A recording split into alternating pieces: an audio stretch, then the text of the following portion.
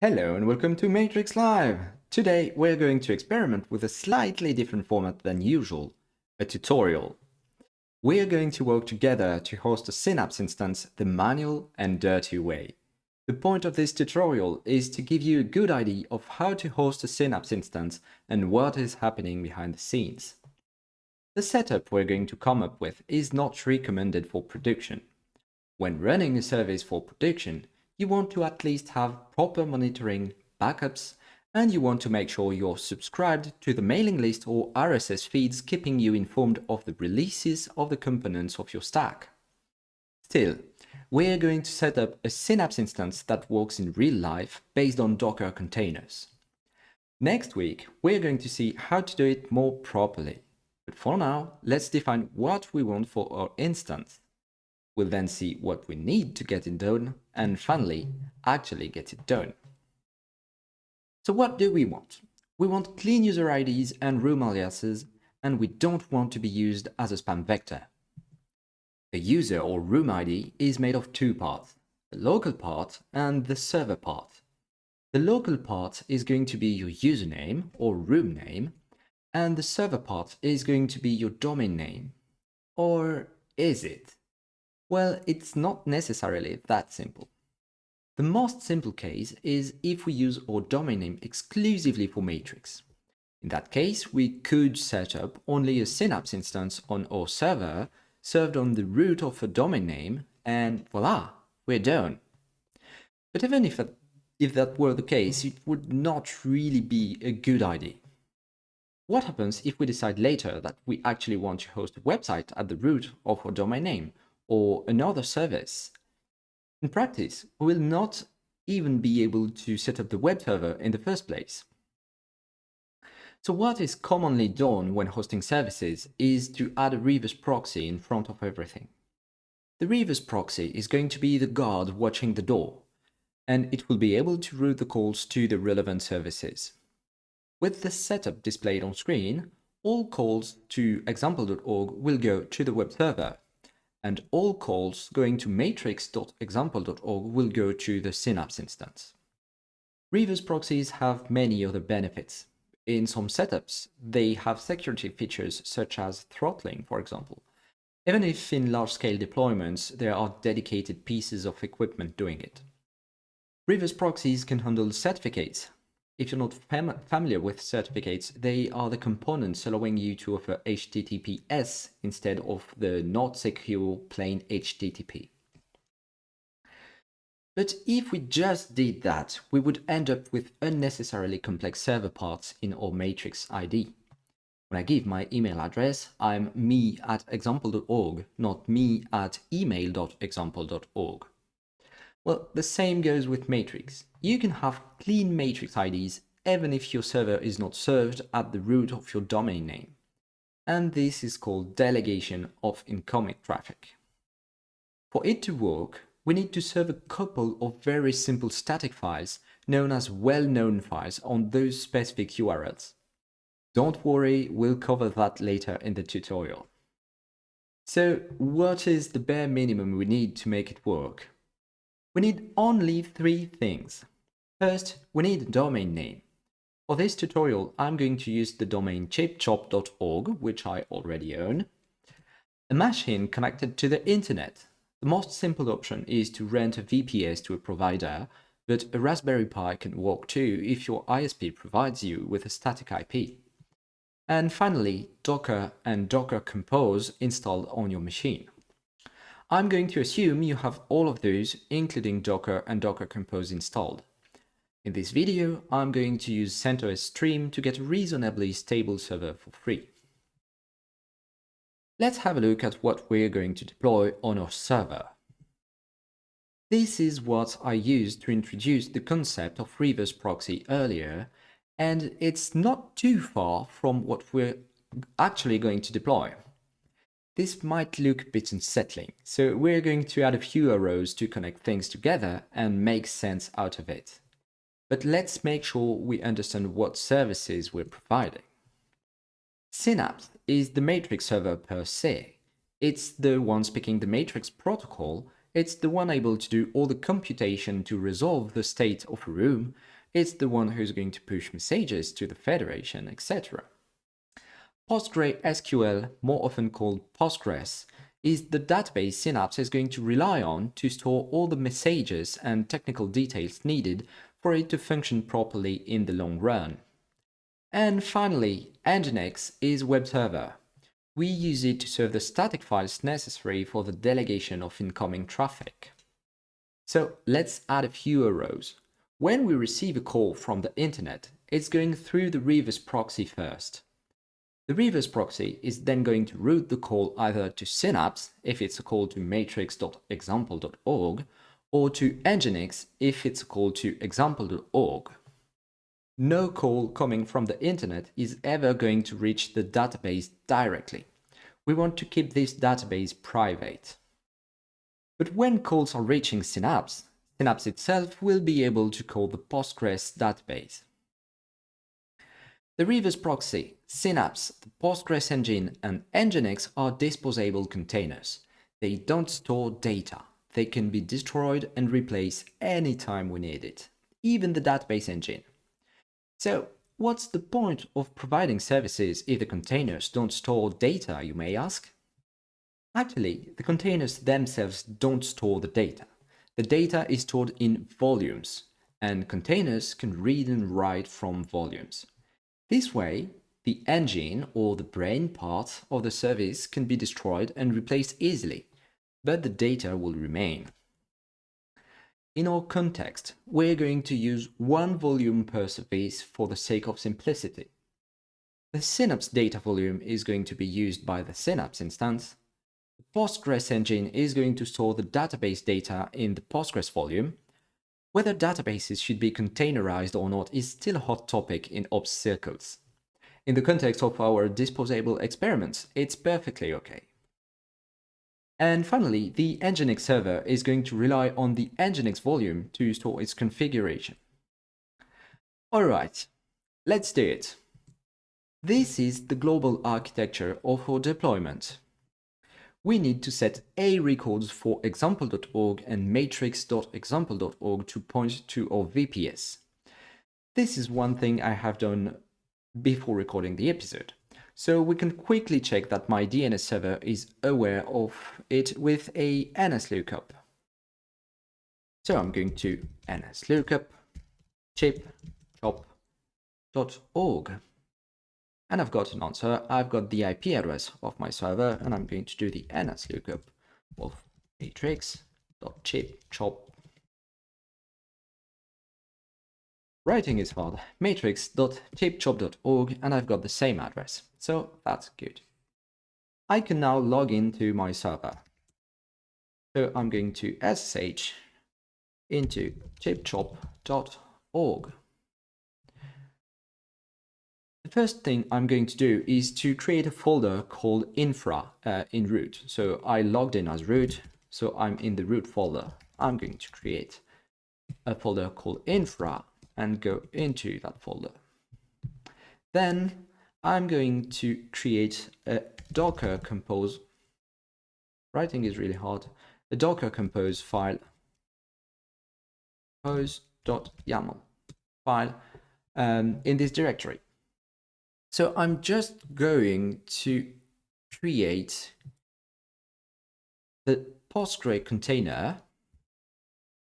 So I copied this file from a reference I do have. I'm going to post links in the description so you can copy it easily. So the way it's structured, we can see that we have the version 3, which is describing the syntax of the Docker compose file. Then we can see two main sections, the services and the volumes. So the services is where we are going to describe what containers we're going to provide, and the volumes is where we are going just to give the name of the volumes that are mapped to those services. So here we can see that I'm using the Postgres 14 image of Postgres.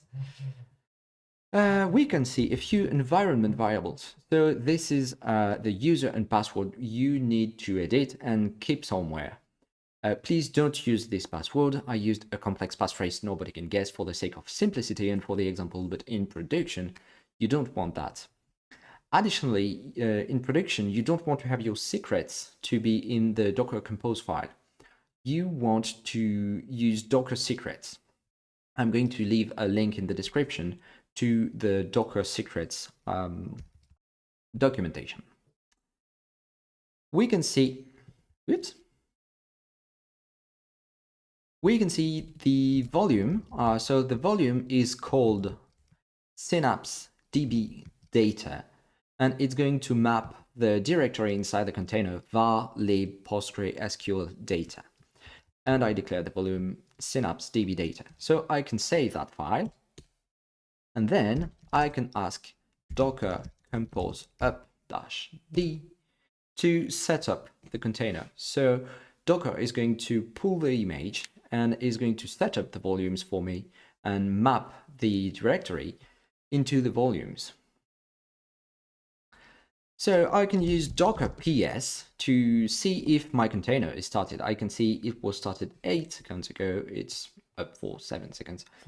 So it's all good. The volume actually exists on my host. I can have a look at where it is. It's in var lib docker volumes. And the name of the volume is infra. So this is the name of the folder where my Docker Compose lives. And then the name of the volume itself. So Synapse DB data. All right.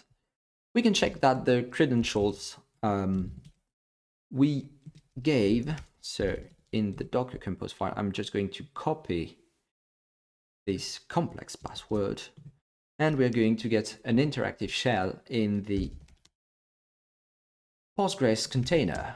So to do so, I'm going to use the command docker exit -it. So I is for interactive and T is for tag, because I want to give it the tag of the container I want to log into. To get the tag of the container, I can do docker ps and I can see the name, which is here infra-synapse _db-1. So docker exec -it infra-synapse _db-1, and I'm going to tell it the command I want to execute. I want to get a prompt, so I'm going to ask it to execute the command bin bash. Right now, I'm inside the Docker container powering the database. So I can try the built-in client, which is PSQL, the built-in client to poll the database. I'm going to type PSQL-U to specify I want the Synapse username, -W to ask it to prompt for my password. It's asking for my password, which I'm typing.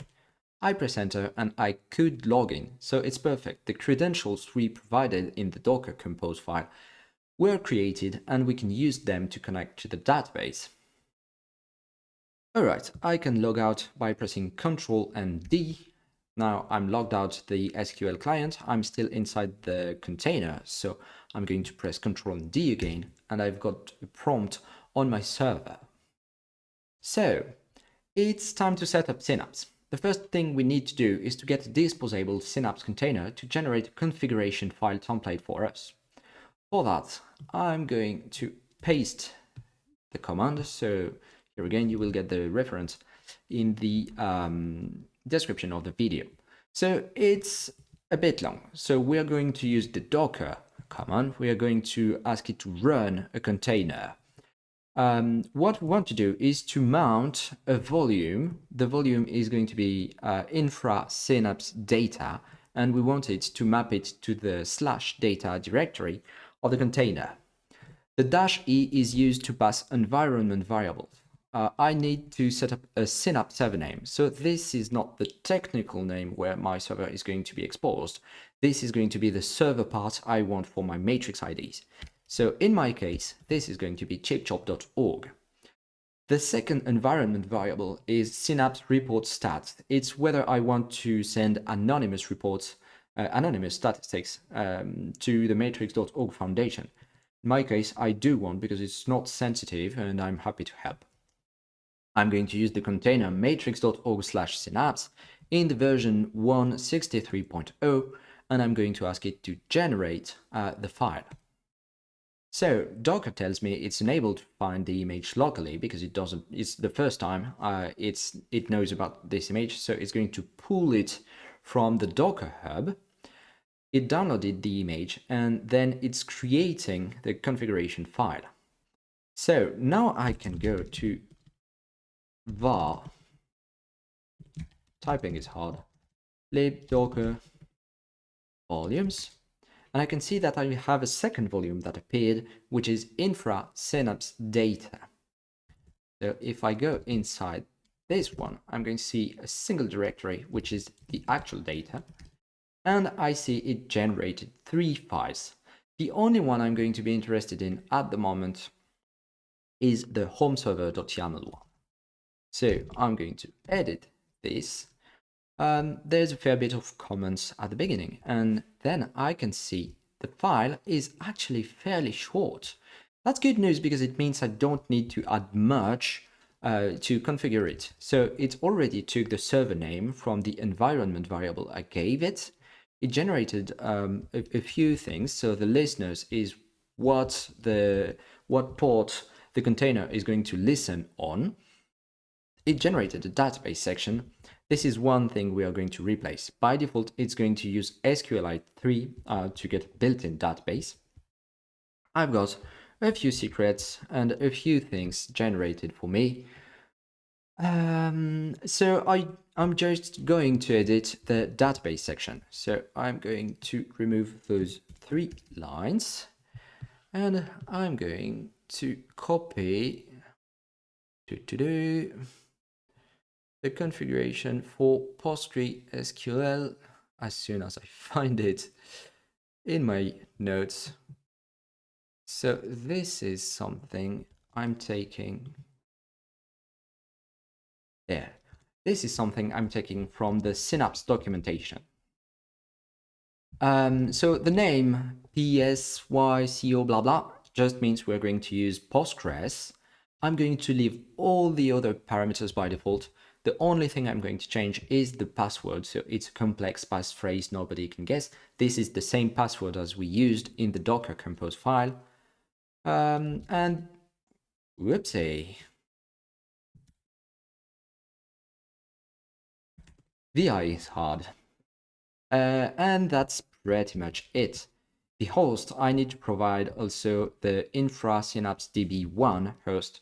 So this is the domain name of the database inside the Docker network. So if I do a Docker ps, I can see my Postgres database is called infra-synapse_db-1. This is what I'm providing in the home server.yaml for the host. Okay. Now I have that set up. I can get back to my Docker compose file. Docker compose. And I'm going to add the Synapse service to my Docker compose. Bit of formatting here. Right. So for Synapse, the image I'm going to use is the matrix.org/synapse v163. Please use the one up to date when you're watching this video. We are just going to set the environment variable about the Synapse config to tell it where the homeserver.yaml file is. So this is the path inside the container. We are going to give it the Synapse data volume, which is going to map to the /data directory inside the container. And we're going to instruct Docker Compose to start Synapse after it started the Synapse DB service. So that's a good thing. And now I also need to add the volume Synapse data. And I can save it. All right, let's start it with Docker Compose up-d. I've got a warning which is not really important for our disposable setup, so we are going to ignore it for now because it just works as is and it's not meant to be a long run setup. It's just disposable to understand how things work. All right, I can have a look at docker ps to see that I now have two containers. I've got the Synapse one called infra-synapse-1, and I've got the Postgres one, which is infra-synapse_db-1. I can have a look at the logs of Synapse by doing docker logs-f. F is for follow. It means don't just show me the logs, but please keep watching the logs in real time. And I'm going to tell it I want to see the logs of infra Synapse 1. So it's doing quite a few things. As you can see, it's quite verbose because it's the first time it's running, so it's setting up the database and everything. So we're going to let it work a little. I'm going to press Ctrl and C to escape that view. And it's time to set up the Nginx server to serve the static files needed for the delegation of incoming traffic. So we need to add the Nginx container to the Docker Compose file with volume to store the configuration. So I'm going to get that from my notes. I'm going to copy that. We're editing the Docker Compose file. In the services section, I'm adding Nginx with the proper tab. So I'm going to use Nginx 1.22, which is the latest table at the time of the recording of this video. I'm going to give it a volume called Nginx_conf, which is going to be mapped to the configuration directory of Nginx. If I go to the bottom, to the volume section, I'm going to add the Nginx_conf volume.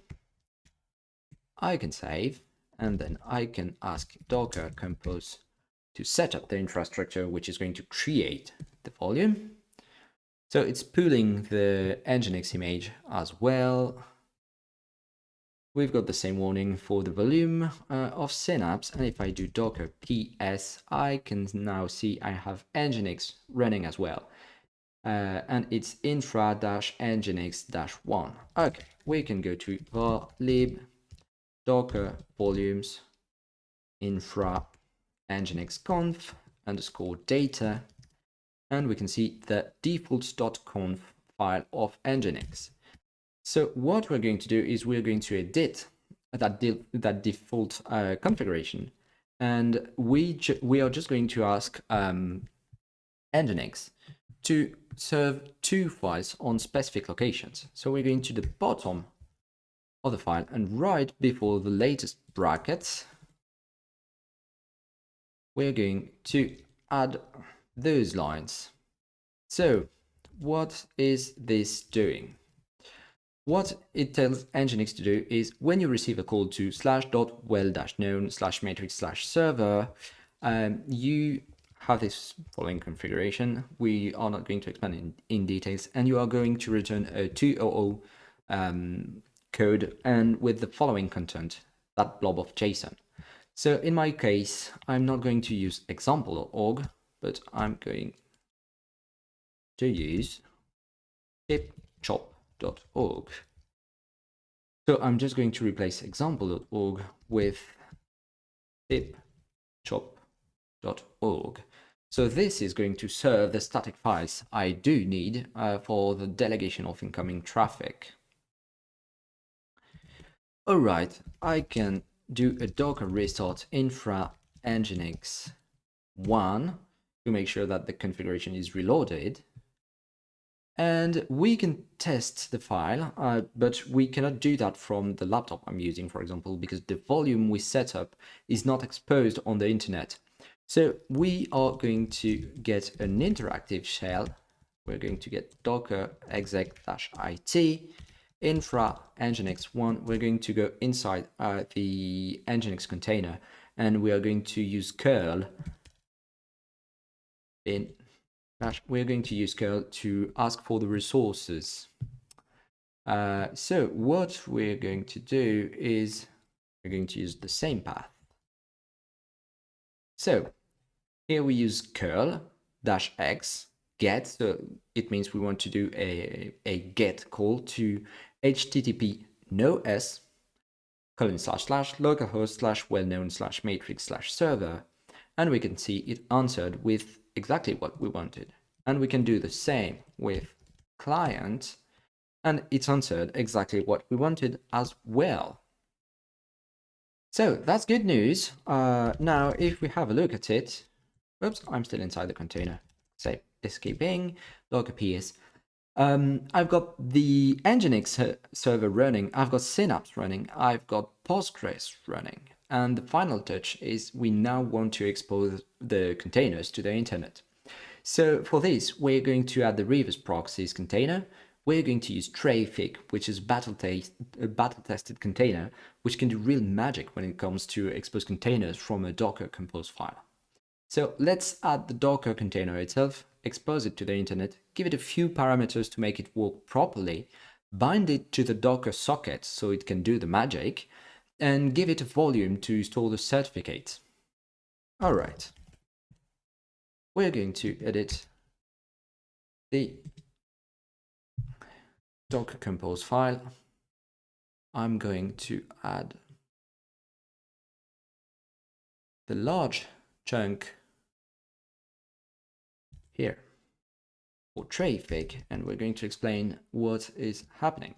So the Traefik service is based on the Traefik image.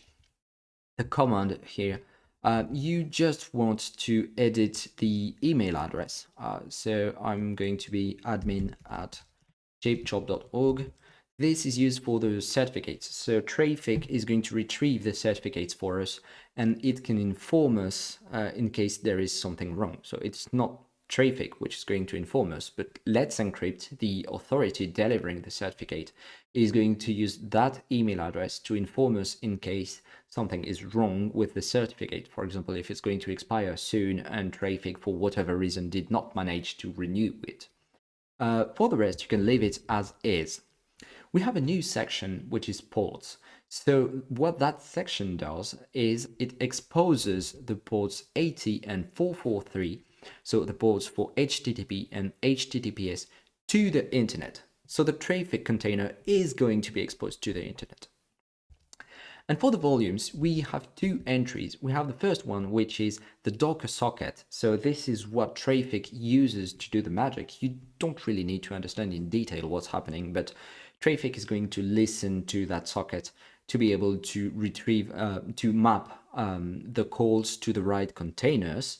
We will see how in a second. And the second one is Traefik certs, which is the volume that Traefik is going to use to store the certificates. So in the volumes, we can add Traefik typing is hard. Traefik underscore cert, save it and quit, and we can do a Docker Compose up-d.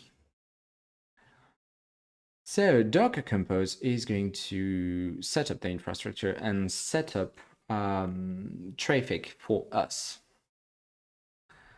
What we're going to do now is we are going to expose the safest container. So we're going to expose the Nginx one. All right.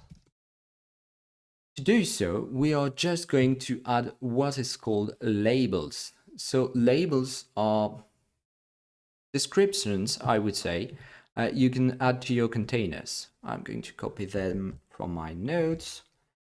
So what we have here is we just need to edit the domain name, cheapchop.org.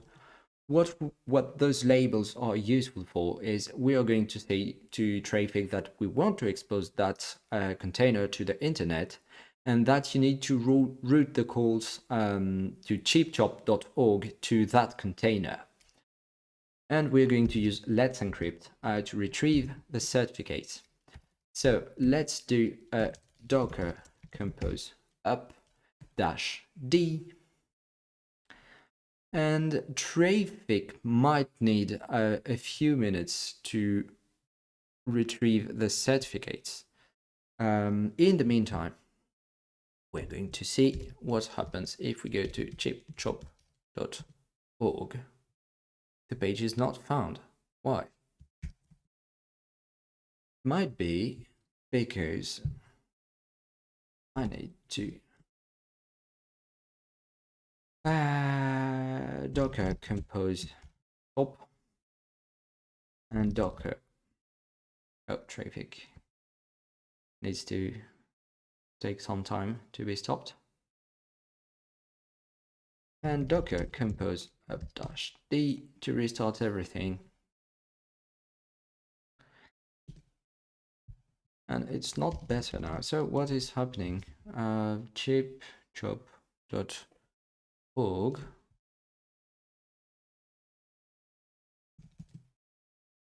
Oh, I can see the error. So I just had not started with HTTPS, and Firefox did not give it for me, directly natively to me. So now with the HTTPS, it's actually working, and we can see if we have a look at the certificate, it's certified by Let's Encrypt.